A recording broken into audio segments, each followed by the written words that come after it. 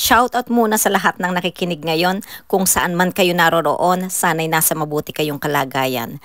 Ngayon naman bibigyan natin ng reaksyon itong si Rex at ang comment ng isang basher na si Loveliness. Simulan na natin. Kaya po yung bata at nababakatulan yan, ulitin natin ha. Yung katotohanan, no, ayaw po ni Dave lumabas. O, Biel, ayaw niyang lumabas, pinipilit lang namin lumabas. Nung kwarto, ayaw pa lumabas ng kwarto. Hanggat maaari. Ayan, dapat niya kanina, ito guys, dapat kanina lalabas kami. Natatakot lumabas, ibig sabihin natatrauma siya. Ang tanong, ano ba ang dahilan bakit nabash at ngayon ayaw nang lumabas at natotrauma? Dahil nang nasa poder siya ng manalastas, minamahal siya at hinahangaan. Bakit nang nasa poder niyo na, nabash na ng todo-todo? Nabash ba lang siya dahil sa mali niyang nagawa o may iba pang kadahilanan? Nauunawaan naman natin pag minor pa talaga, lalo ang mga teenagers, may mga bagay na nagagawa sila na hindi tama. May mga decision sila na hindi na pag-iisipang mabuti. Ang tanong, may binigay ba kayong magandang payo para maitama niya ang kasalanan niyang nagawa sa tumatayong guardian niya? Wala, di ba? Kasi iyan naman talaga ang gusto ninyong mangyari. Iyan ay ayon sa obserbasyon ko, base na rin sa sequence ng mga pangyayari. Inunti-unti ninyong akayin si Dave sa landas na gusto ninyo.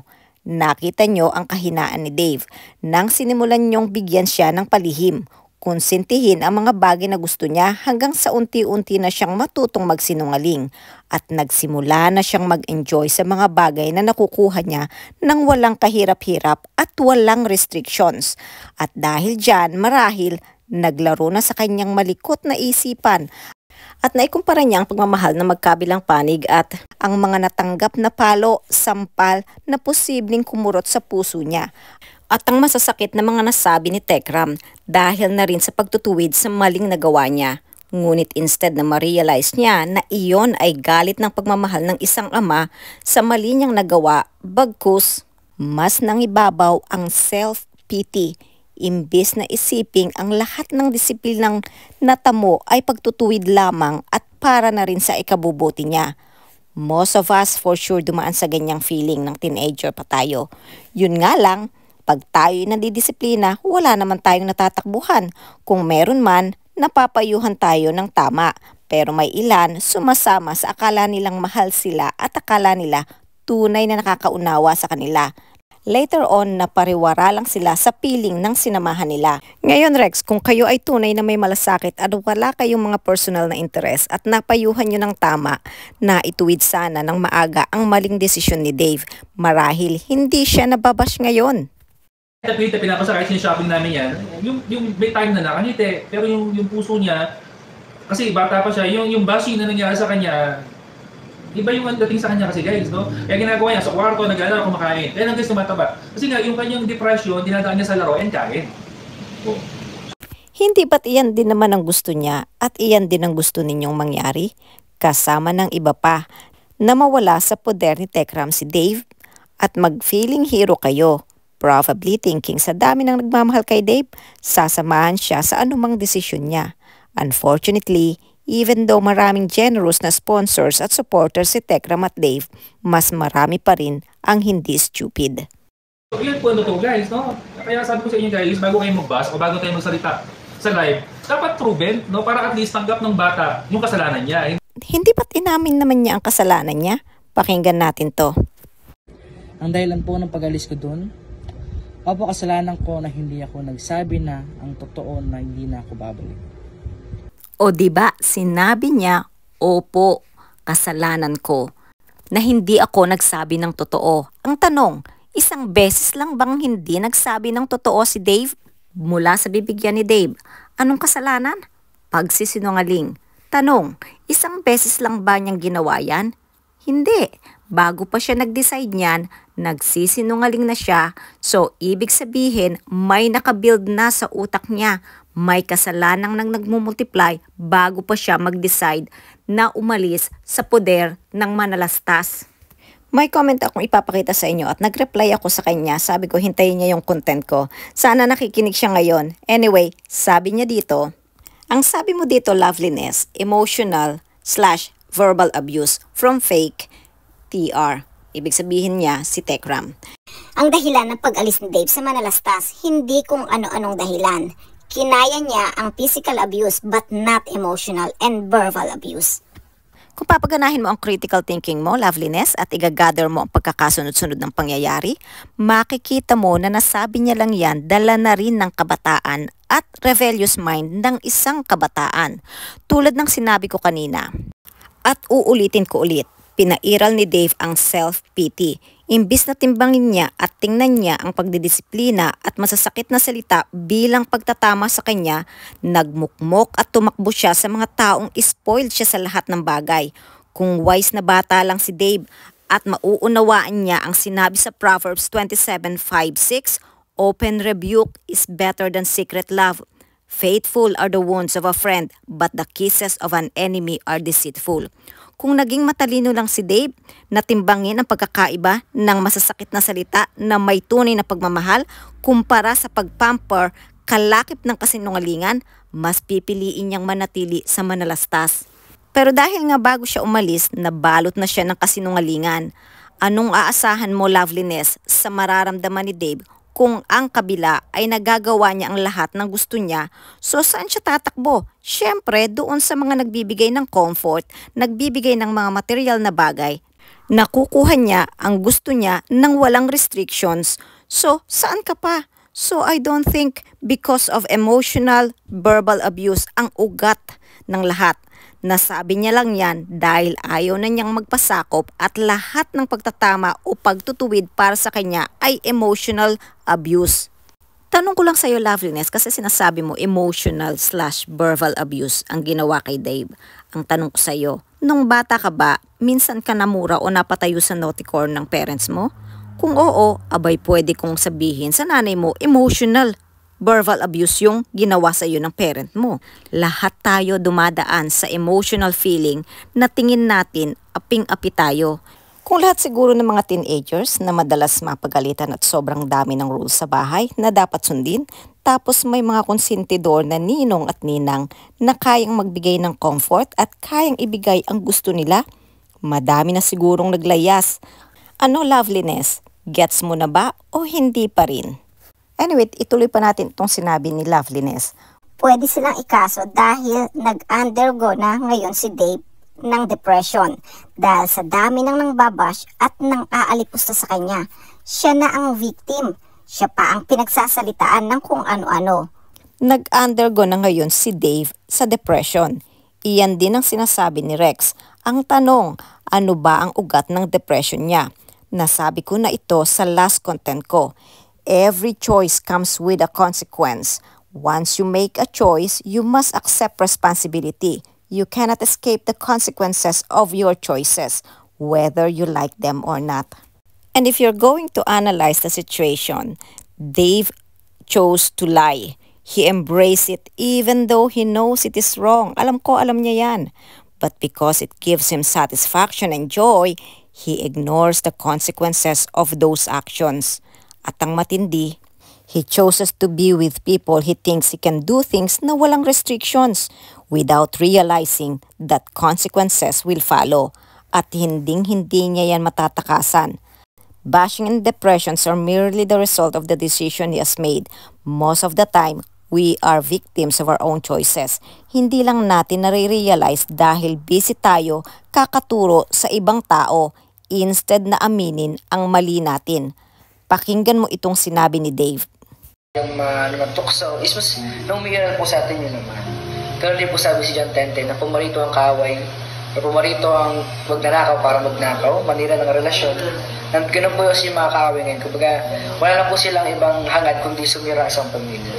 Pero sabi nga po sa rule of thumb, ang kasalanan, na para mabuo ang isang samahan na nasira is dapat pangunahan ng sorry. At saka iwasan po yung pride. Kumbaga, napakinggan nyo ba ang sinabi niya? Napakaganda, hindi ba? Alam pala niya ang 1-10-10. Naparito ang magnanakaw para magnakaw. Naparito sila para manira ng relasyon. Wala silang hangad kundi sumira ng pamilya. Iyan ang sinabi niya. Ano pa sabi niya? Para mabuo ang samahang nasira, pangunahan ng sorry at iwasan yung pride.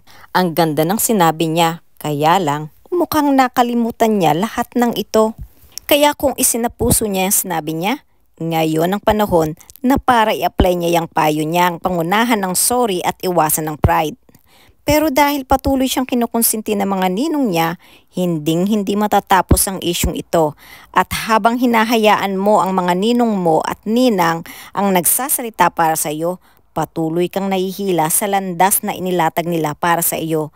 Pero wag mong sisisihin ng iba dahil sa nararanasan mo ngayon.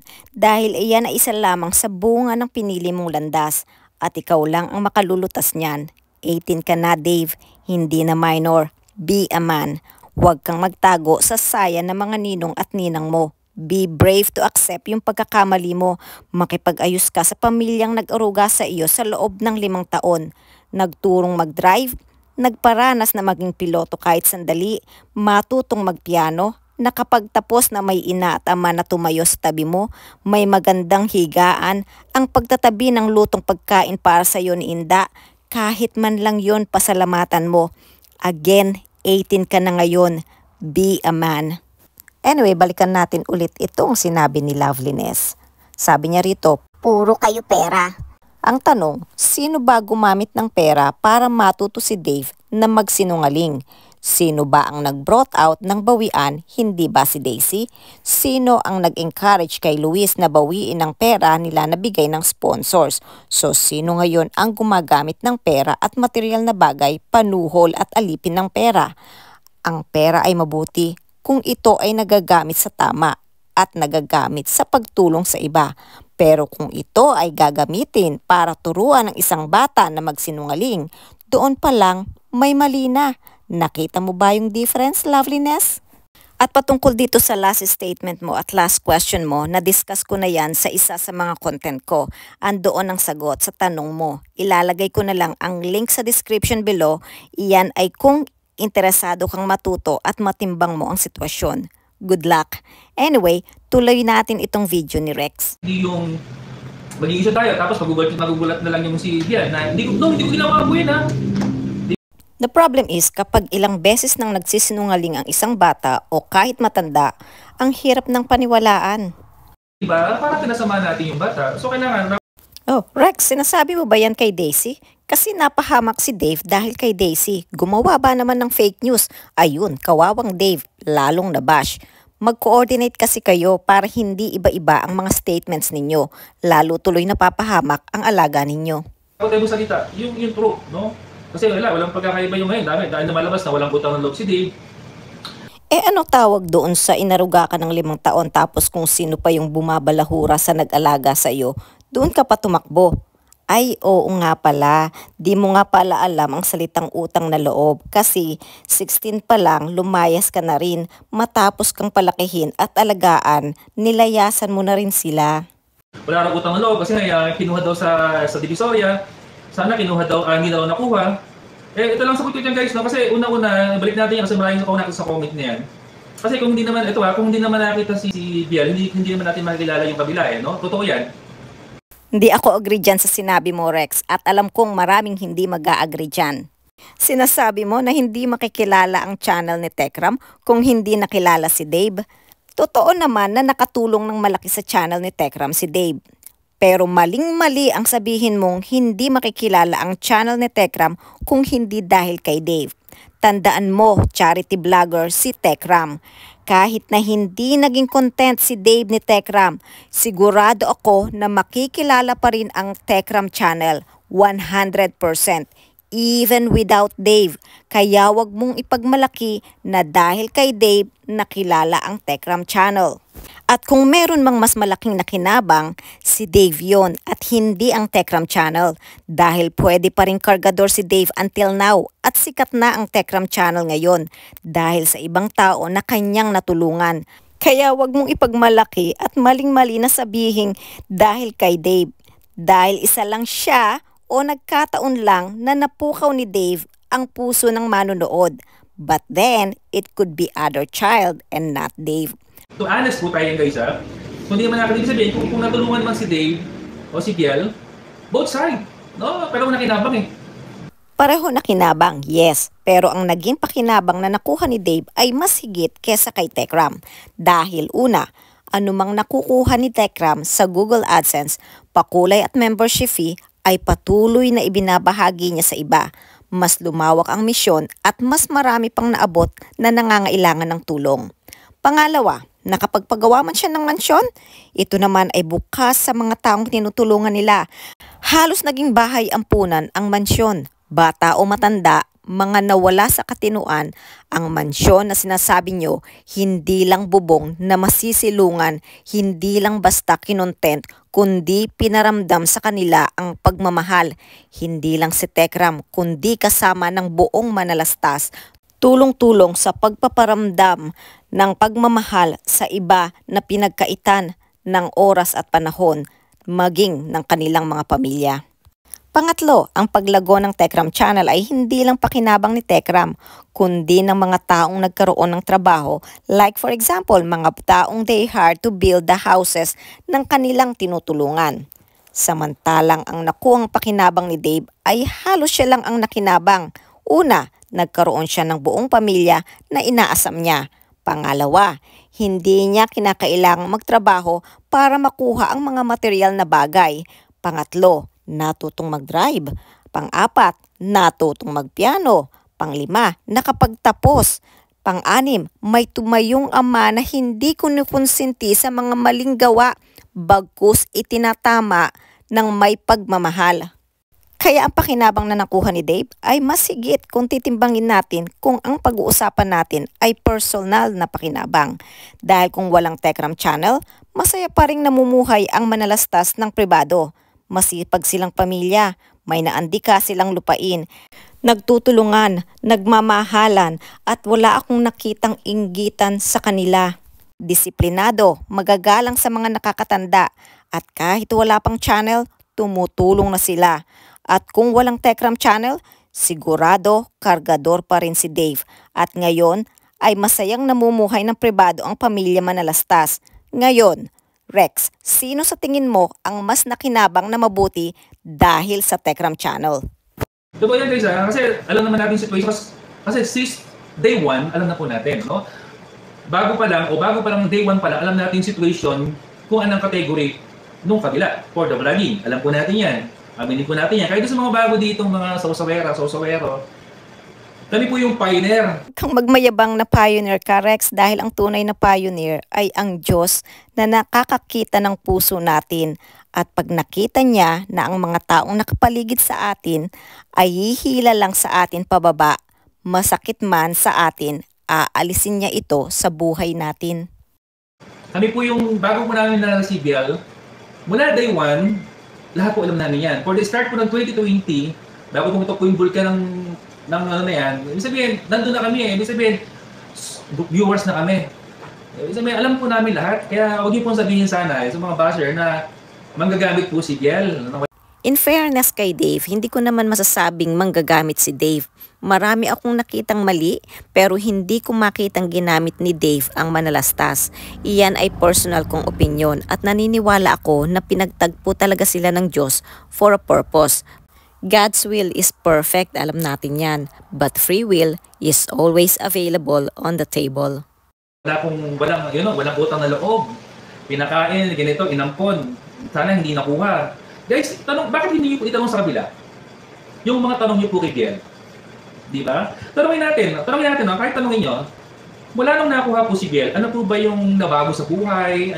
Ang nabago sa buhay ni Dave, napakalaki kumpara sa buhay ng Manalastas.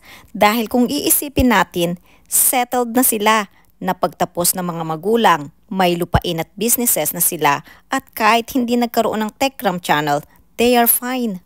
Dahil, sabi ko nga, kung walang Tekram Channel, masaya pa rin namumuhay ang Manalastas ng pribado. Dahil masipag silang pamilya. May mga naandika na silang lupain dahil sa sipag na rin ng kanilang mga magulang at ng kapatid na si Tekto rin. Kaya hindi sila magugutom. Disiplinado sila, magagalang sa mga nakakatanda. At kahit wala pang channel, tumutulong na sila. Dahil meron na sila before pa. At kung walang Tekram Channel, sigurado kargador pa rin si Dave at ngayon ay masayang namumuhay ng pribado ang pamilya Manalastas ngayon. Ano ba yung nangyari nung nakuha si Biel? ano ba yung naging impact ni Biel for the YouTube channel, sa mga tao, gano'n pa kadami yung supporter, biglang boom ba yung channel, yung gano'n. Yes, nag-boom dahil sa Diyos, not because of Dave. Nakita ng Diyos ang puso ni Tekram at nang manalastas pagdating sa pagtulong dahil ginagawa na nila yan kahit wala pang channel at dahil na rin sa awa ng Diyos at pagmamahal niya kay Dave, inilagay siya sa pamilya na magbibigay sa kanya ng pagmamahal at magtutuwid sa kanya. Pero kayong mga konsentidor at sa aking opinyon ay maihahalin tulad ko kayo sa mga ahas sa paraiso na tumukso kay Dave. You offer him money at tinuruan nyo siyang magsinungaling. Tanong niyo yan ano po yung pagkakaiba nung nakuha niyo at hindi nakuha si Biel o si Dave? Sa Manalastas walang nagbago dahil matulungin na sila noon pa man. Ang nagbago lang, mas lumawak at mas marami pa silang natulungan. Kay Dave, malaki ang nagbago dahil sa Tekram channel. Isa ka pa nga na nakinabang at kumita when Manalastas welcome you in their family. Kasi sinasabi niyo palagi, walang utang ng loob, di ba? Pinag-aral, pinag-ganito. Di ba? Yun itanong natin, no? Para at least alam natin kasi ano ba yung benepisyo ng both side. Kasi yung both side guys, kung tatanungin niyo ako, pair, no? Pair guys to, mas malamang pa nga yung isa kabila. Kasi nga guys, Anong mas malamang? Iyan ang pinifeed mo siguro sa utak ni Dave. Paanong hindi mabuburaot ang utak ni Dave kung ganyang payo o information ang papasok sa utak niya? Sulsol at nakafocus kayo sa pera at material na bagay. Imbis na tingnan ang possible na maabot ni Dave in the future sa pagsunod sa utos ng Diyos at pagsunod sa rules ng tahanan habang minor pa siya, ipinasok nyo sa utak niya at kwentahin ng pera na binibigay sa kanya. Paanong hindi mabuburaot ang utak niyan? bata si Dave, hindi naman siya ganun kalakas kumain. Kasi una-una yung kinakain naman ni Dave. Karamihan, nagagaling naman ang supporter. Regalo naman nagmamahal kay Dave. Since day one, na kinuha yan, umulan na po ng grasya, umulan na po ng supporter, umulan na po ng money, ng pagkain, umulan na po yan. Di ba? Tama, umulan. Kanino ba nanggaling ang blessing na natanggap ng Tekram Channel at ni Dave? Di ba mula sa Diyos? Pero dalawa lang ang pinaka-source ng blessing. Either from Satan o sa Diyos. Kapag ang blessing na natatanggap nyo ay balot ng kasinungalingan o panlalamang sa kapwa o may personal na interest, huwag nyo nang tanggapin dahil malamang hindi yun blessing na galing sa Diyos, kundi blessing yun na galing kay Satan. Kaya ingat kayo kapag tumatanggap kayo ng blessing dahil hindi lahat ng blessing ay mula sa Diyos. Sana na-get nyo. No? Kaya huwag nyo balibag nyo, huwag nyo iba to kay Biel na walang utang na loob o na walang, di ba, kasi pinag-aral, pinalaki. Kasi guys, kung pinag-aral man o pinagpalaki yan, ibig sabihin, bayad eh. Bayad daw, ito ang klase ng tao na lahat ng bagay ay pera lang ang katapat. Hindi alam ang salitang utang na loob, hindi alam ang salitang gratitude. Lahat para sa kanya ay kayang tapatan ng pera. Kawawang Dave, iyan ang matututunan niya dito kay Rex. Para sa akin, red flag ang ganitong klaseng tao dahil ang ganyang mindset, lahat ng bagay ay business lang. Siguro sila rin ang nagturo kay Dave na kumbinsihin si Luis na kunin ang pera na bigay ng sponsors. Unfortunately, hindi nila na-convince si Luis na kunin ang bigay ng mga sponsors. Dahil grateful na siya sa natatanggap niyang allowance. Iyon ang tinatawag na gratitude and contentment. At dito tayo magtatapos. Tandaan ng utang na loob ay kailanman hindi matutumbasan ng kahit anong pera o material na bagay. Kahit gaano pa yan kalaki. At ang pagpapamukha ng ninong mong si Rex na lahat ng nagawa sa iyo ng manalastas ay bayad, tandaan mong hindi ka pasikat nang pinaramdam nila sa iyo ang concern at pagmamahal. Doon pa lang dapat kinonsider mo na yon at nang minahal ka ng marami dahil sa mga supporters ng manalastas, sana man lang nagpaalam ka ng maayos kung ayaw mo na sila o hinintay mo man lang na mag-18 ka. Tulad ni Kuya Melvin mo nang gusto na niyang bumalik sa pamilya niya, maayos na nagsabi at umalis ng maayos si Kuya Melvin sa Manalastas. At ngayon ay patuloy pa rin ang kanilang komunikasyon at patuloy pa rin si Ramil na nakaalalay sa kanya. Hanggang dito na lang muna tayo at bago tayo tuluyang magtapos, sana maalala mo itong sinabi mo sa video na ito. This is Ecclesiastico. Thank you for listening. Take care and God bless. Enjoy! Yung naman tukso is mas naumiiral po sa atin yun naman. Pero di po sabi si John 10:10 na pumarito ang kaaway pumarito ang magnanakaw para magnakaw, manira ng relasyon. And ganun po yung mga kaaway ngayon. Kumbaga, wala na po silang ibang hangad kundi sumira sa pamilya. Pero sabi nga po sa rule of thumb, ang kasalanan, na para mabuo ang isang samahan na nasira is dapat pangunahan ng sorry. At saka iwasan po yung pride. Kumbaga,